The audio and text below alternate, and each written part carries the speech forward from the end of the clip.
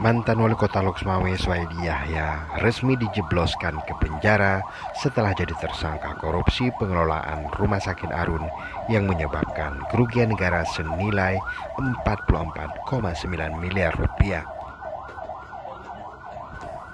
Swaidi Yahya yang pernah menjabat Wakil Wali Kota 1 periode dan Wali Kota Loksmawe 2 periode itu ditahan usai menjalani pemeriksaan oleh penyidik kejaksaan. Mantan orang nomor 1 di kota Loksmawe ini sempat dibawa ke lapas Sukoharjo Aceh Utara menggunakan mobil tahanan. Namun karena beberapa pertimbangan, Swaidi Yahya kemudian ditahan di lapas Loksmawe.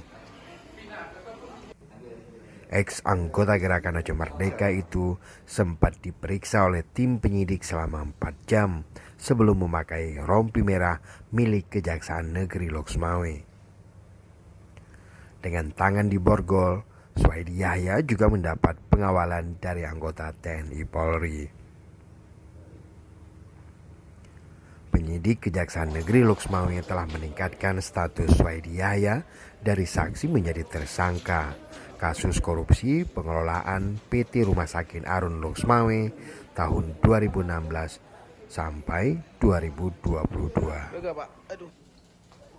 Dalam kasus ini, jaksa juga telah menahan mantan Direktur Utama PT Rumah Sakit Arun bernama Haryadi.